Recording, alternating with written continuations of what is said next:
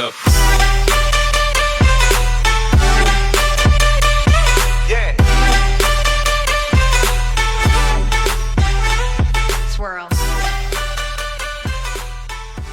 All right, what is up, guys? Welcome back to the Scratch That podcast, where we scratch the surface of all things sports. Here again for a part 2 of just baseball. Couldn't make it for Sunday's episode, unfortunately. Memorial Day weekend, you know how it is, having family over and stuff, so that's why I wasn't there Sunday. But hope you all had a great Memorial Day weekend, a great extended weekend, and happy Tuesday to everybody. For those of you who haven't seen part 1, the guys talk about the conference finals for the NBA, some football news as well. So pause right now if you haven't watched part 1. I'm going to send you over to part 1 right now to watch. And then after that, you can listen to some baseball. The guys did talk about baseball. They talked about their teams. They gave a few updates, but I'm going to go more in depth today. So stay tuned if you want to hear more about what's happened in the last, 8 days. So the one thing I want to talk about is, I'll get the bias out of the way, the Yankees stuff. So I'm a Yankees fan. So Judge, walk-off home run.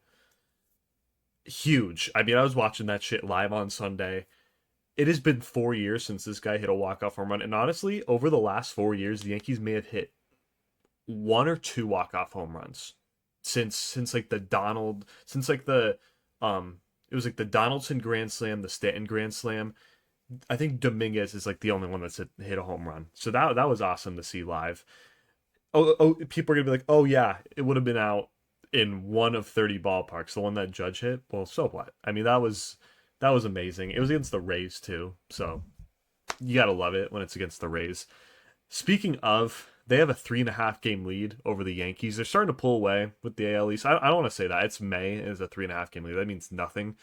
But I feel like with the AL, like, it's been a close race in all divisions over the past 2 weeks, and then all of a sudden you get the Rays jumping over in the AL East. I'll talk about the AL Central and West later, but as far as other Yankees news, Gerrit Cole had his first start since the 2024 Game 5 World Series, and he did all right. He had like 6 inning pitch, 2 strikeouts. The game went 0-0 into the 8th, and then Caballero got an error, and then, bullpen just shit the bed.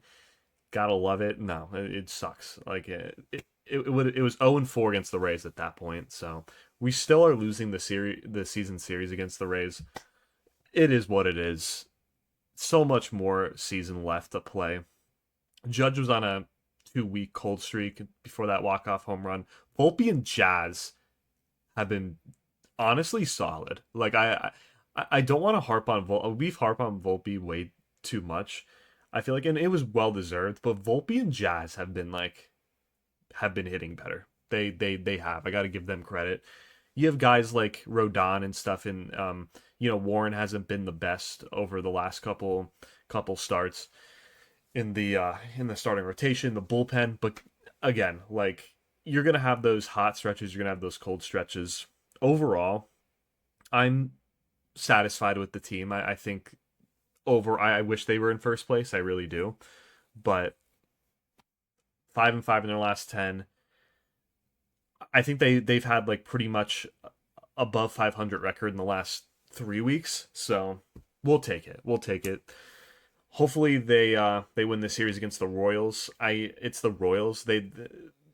Out of any team they played in the last 10 years, they have the best record against the Royals. Like, it's gross, their record against the Royals. So I'm not even too worried. But yeah, we'll see what happens with the Yankees moving forward. The one team I want to touch on, and I feel like because of teams like the Phillies, the Mets, Rockies, Astros, like any team that has been very, very evidently bad with these losing streaks, have overcasted this team specifically. I'm about to bring up's performance this entire year. The Detroit Tigers have, other than the Seattle Mariners for me, and I'm talking besides the Phillies, Mets, all these losing streak teams, have been the 2 most disappointing teams throughout all of baseball this year. But the Tigers, man, I want to touch on just like the Tigers specifically, because oh my god, from what they were at the end of last season, like they were doing so well. Yeah, they blew that lead in the second half of the year for the Guardians, but they beat the Guardians in the wild card series. In the Division series, they did all right against the Mariners. But oh my god, they have collapsed big time. And it's not just the Scooble injury. It really isn't. Like they're bottom 10 in OPS. Their slugging is terrible. They have so many strikeout problems. Like even Riley Green and Torkelson, Baez, like their best hitters, have been striking out a ton. Like it's ridiculous. And I mean, you have Kevin McGonigal. Like you added one of the like you have one of the best rookies in baseball in your lineup, and like he's really the brightest spot on the team right now, honestly. And they have young talent. They have Riley Green, Kerry Carpenter, Torkelson, even Glaber. I mean, fucking Glaber too. Like I was sad that he left the Yankees, but no, it's just been so bad. Like the Tigers have been so bad right now. They are last place in the AL Central. And again, I know like you have teams like the Phillies who turned it around. Like the Mets are still being the Mets, but they're like I guess a little bit more respectful than they are now. But the fucking Tigers, like, oh my god, like they're unbelievably bad this year. They really are compared to where they were last year. Biggest drop off, I would say, by far. But like yeah, they need to pick it up because you can't have the White Sox above you. You can't have the Royals above you. You know? Yeah, it's bad. And like with Scooble, there's trade talks going on. I don't know if he's gonna get traded at the deadline. I don't know if he's gonna be healthy at the deadline, to be honest. Like nobody might not want him because he's just that unhealthy. I don't know if he's gonna look the same when he comes back this year. But he's linked to the Yankees. He's linked to the Dodgers, of course. Blue Jays and Padres, I think, are the four teams. Honestly, I'd love to see him on the Padres, or like actually Yankees, obviously. But if it wasn't the Yankees, I don't think the Yankees are gonna get him. I think the Padres would be ideal for me. It's probably gonna be the Dodgers. I'd absolutely hate if it's the Blue Jays. I really would. But I think out of those four teams, I'd say I'd say Padres. I don't think the Yankees are gonna get him. But if they do, like whatever. But he is in his contract year, so he may be on one team for like a couple months in the playoffs and then just be on a different team. So we'll see. Maybe like a rental type of thing. We'll see. But yeah, I mean, he recently threw a bullpen session. He may start a rehab assignment soon. He may be back next month at the earliest. We'll see. But yeah, Tigers have been so bad. On the other hand, the Guardians, and White had touched on them in part one, but they've recently won 8 of 9. Jose Ramirez, Delauder, Parker Messick, Gavin Williams have been great. They're pulling away with the AL Central. They really are. Like they were really touching 500, like just above 500 and on and off, like pretty mid and even. But they're 9 games above 500 now. They just got done beating the Phillies. They swept the Tigers. So look out for the Guardians in the AL Central. Like they have a decent lead going, and if the Tigers keep sucking, if the White Sox keep playing mid, you have like the Twins and Royals who are just not factors at all with like their injuries and their drop offs. I think the Guardians right now are just looking like the team in the AL Central. So we'll see what happens moving forward. But in the AL West, I mean, it hasn't really changed. Like the Mariners have been so disappointing as well. Not as bad as the Tigers, but when you have Cal Raleigh like just sucking and going 0 for like 36 or whatever it was, like it's just I hate to say that. Like, there's no excuses. I mean, it's not just him. It's like Julio. Like, the pitching has been the bright spot, but it's like Josh Naylor even. Like, it's just they on and off that guy is like. But Mariners need to step it up too. Like the fact that the A's are in first place by 2.5 games. Um, the Astros and Brett touched on them have been doing better. I will say, if I was on the pod, I would have said to him, I think they're not a playoff team. They aren't, unfortunately, but they have been doing better. Arrighetti has really stepped it up pitching wise, but other than like again Jordan, you have Altuve like being on and off like they're just not nowhere near in contention. Honestly, I mean again they're only 4.5 games back, but I Rangers, Mariners, and A's I have easily being better than them by the year's end. I don't see any of those teams really falling off. As far as this is the most interesting, like who would win the division, because I could see either the A's, Mariners, or Rangers. I really want to say Mariners though. I really think they turn it around. I think the A's, if they make the playoffs, they're gonna get like booted out because they're just so young. I know they moved to Las Vegas soon, but like I think they're a couple years behind from making a good run in the playoffs. I think their offense is awesome. I think Jin and Springs and even Mark Leiter Jr. in the bullpen have been like bright spots, but it's like they're the A's and like they're just getting on their feet with these young guys. Like Nick Kurtz, Lawrence Butler. Lawrence Butler's been honestly, and I know that's a specific name if you guys aren't following the A's, but like Lawrence Butler was like a breakout player these last couple of years. He hasn't been doing good. But other than that, like 2.5 games is for A standards, like that's solid with a -7 run differential. By the way, that's crazy. Leading the league, and there's a couple I think. Actually, no, they're the only one. The only league um leader in their division that's a negative run differential. But yeah, so we will see.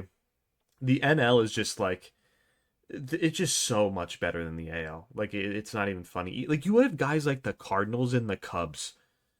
Well, Cardinals specifically, but like if you look at any of these divisions, they're just a lot better than the AL. I'll really say it. The Braves have been absolutely amazing this year. They're pulling away NL East 9 games in May, 9 game lead. Like, yeah, it's crazy. Um, with the Rockies, I'll touch on my team quick. The Rockies, my team's the Yankees, but I spun on the Rockies. Nothing really much. I mean, Mickey Moniak is still doing well. It's one of those things where when it comes to division standpoint, like you're not touching the Dodgers or Padres. Like the Diamondbacks are like a close, like a somewhat respectable like third, but again, like when you compare the Rockies of last year to this year, the Rockies like oh my god, like hell yeah, like Moniak's been fun to watch, like Hunter Goodman, um, Rumfield, but again, they're like bottom three in slugging. Their barrel rate sucks. Their strikeouts suck. Even walks, like getting on base sucks. Um, eh, don't have much. Like their starting pitching's like okay. Bullpen sucks. It's like I don't know. Coors Field can only do so much for these guys, really. But um, but you'd think that like with Coors Field and these guys, they should be top 10 offensively each year, like they were in the 2010s with like Charlie Blackmon, Carlos Gonzalez, all those guys. Like even fucking Nolan Arenado. Like where were the 2010s Rockies? Like what's happened to them? I don't know. But not much to say otherwise about the Rockies. I mean, it really is what it is with them. And I knew like spinning, I was like, well, it's the fucking Rockies, you know. I knew once I landed on them, I was like, well, that's fucking wonderful. The Dodgers, um, people are really dead set on the fact they're gonna three-peat this year. But I'll be honest, I'll tell you one thing. Otani is not winning NL MVP this year. That's a hot take. I know it's early on, and I know he's won the MVP. Not even the last 2 years in the NL, but like in the AL too in 2023, and he almost won in 2022 if it weren't for Judge. So like he has been like for the last 5 years MVP. Like not this year though. That it's a hot hitting wise good. He is doing good, but it's not Otani standards. Pitching has been solid. People are saying, oh, he might win Cy Young. Then you have Skeens, who's been doing well, and Mason Miller. Like those are the two. Oh, Chris Sanchez. Oh my God, Squire would have killed me if I didn't bring up Chris Sanchez. Chris Sanchez is actually like the best odds in Cy Young. He's been doing very well. But going back to the Dodgers, a lot of injury concerns. I mean, you have like Glasnow and Snell that are just on the IL. I feel like they're always on and off on the IL. But again, they said they have so much depth. That's the thing. And like although like their pitching depth is like not probably playoff ready, they're still like the depth that could probably win the NL West. It's just like I don't know. And if they had fucking Scooble, dude, if they had Scooble at the deadline, like it, dude, it's just over. It really is just fucking over. But I'll tell you what, they are not the 2025 Dodgers. I feel like they are definitely vulnerable to be beat this year. I don't think they're three-peating. I really don't. Honestly, Yankees Padres, like we'll see. Yankees pads, Yankees dads, like that's where I'm leaning toward, honestly. Um, but Brewers are another team that's been heating up.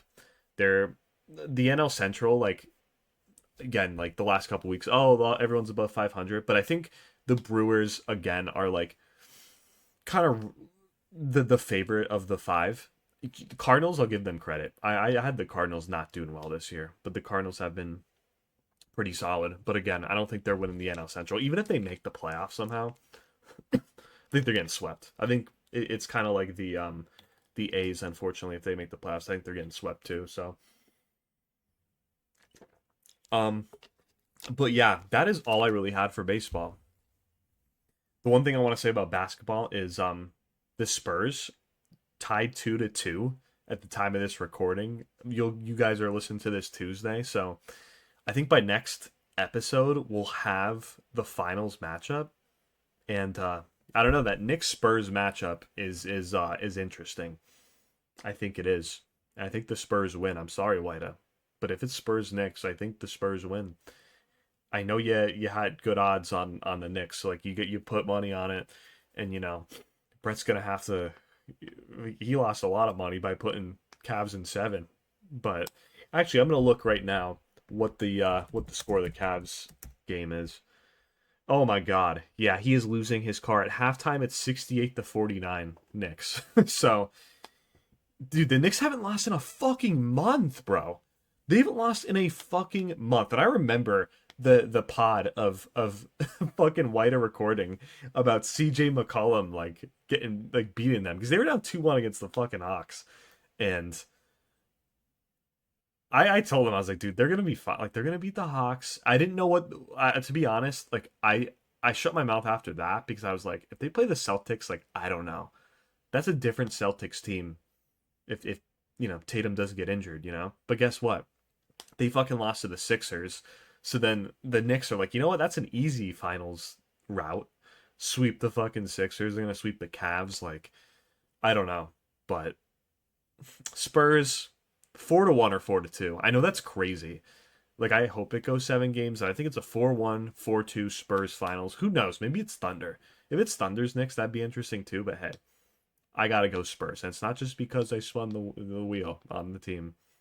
I think it's Spurs Knicks.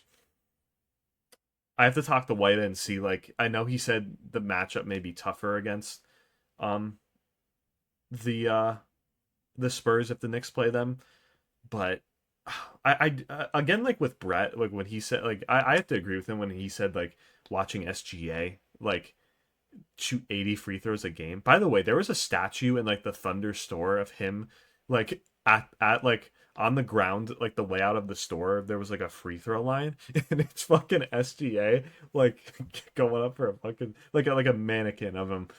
So that was funny. And he falls after every shot. It's just unbelievable. Like how and the refs are just like, yeah, that's a foul. It's crazy. It's fucking crazy. But um as far as the Spurs, like Wemby has been doing well. De'Aaron Fox is back. Vassell, I mean, they're not the best in consistent shooting, but all I gotta say is Castle, you gotta stop fucking turning the ball over because 11 turnovers in game one is not gonna fucking cut it. It's just not. That's just so many fucking turnovers. And he's kind of been consistently a turnover machine, like averaging like 4 or 5 a game. So he's got to fucking get those turnovers down. And I say that, and I think, like I'm telling you, game five, he's probably gonna have like 6 turnovers, but it is what it is. Spurs in six, wouldn't be surprised five.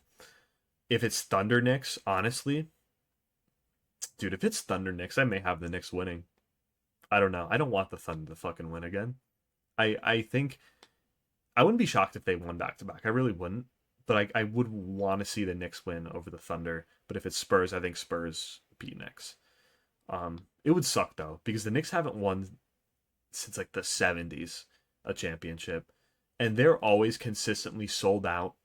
Their crowds at MSG are fucking sold out. And their crowd is unbelievable. Definitely the most celebrities at any game consistently, other than maybe the Lakers. I'm not just talking about Timothy Chalamet or fucking Spike Lee. I mean, you got a lineup of celebs consistently going out. Those tickets, I think I talked to White. Those tickets, like for like standing room, are like 5-6K. Like it's just unbelievable. So yeah, we will see. I wanted to touch on basketball just because I didn't get to talk about the Spurs, but I think by next episode on what is it, May 31st, we're gonna have a Spurs Knicks final. So, and I say that, and I'm on record saying it, but it may be Thunder. I don't know. I would. I again, either matchup, any matchup, I would not be mad. And hey, who knows? It may be Cavs. It's 68-49 halftime. But Cavs may come have the biggest comeback in fucking sports history. You know, who knows? I don't know. But yeah, these Yankees need to step it up. These Tigers need to step it up. Mariners need to step it up. The Rays need to cool off. It's chill, bro. It's not that deep. And other than that, we'll see what happens. These next couple weeks in sports is going to be interesting. I mean, baseball, just you know what? It's like what? Like a random week in May and June. Like no, it's going to get exciting with all of these standing changes. Basketball is wrapping up here with the conference finals. We're even getting some like football news here and there. Like Aaron Rodgers, he's back. Steelers are going to be 9-8, 10-7 again. No, they're not going to be 500 this year. But yeah, thank you guys for watching part 2 of this week's episode of the Get On It podcast. I don't know if I will be there for Sunday. I plan on it, but if something comes up, I will do a part 2 again for baseball. Keep tuning in for the edits. Keep tuning in for the Twitch streams. Brett's MFL League. Go Bulldogs. I mean, I got to get that hat next time I see him. I think I'm going to be seeing him this week at the casino, so we'll see. I'll wear it. I'm telling you right now, if he comes to the casino, I'm putting that fucking hat on. If he watches this far, and I'll know if he watches it this far, bring the fucking hat, and I will wear it to the casino on Thursday. Got to talk to him, though, about that. Him and Timmy. Anyways, thank you guys for watching. We'll see you guys for next week, 7:30, Sunday, May 31st, tentatively. We'll keep you updated if it's changed. Don't know if Brett's going to be having an MFL game, but keep updated for any MFL games throughout the week. And until then, hope you guys enjoy your week of not just sports, work, life in general. And we'll see you guys for Sunday's podcast.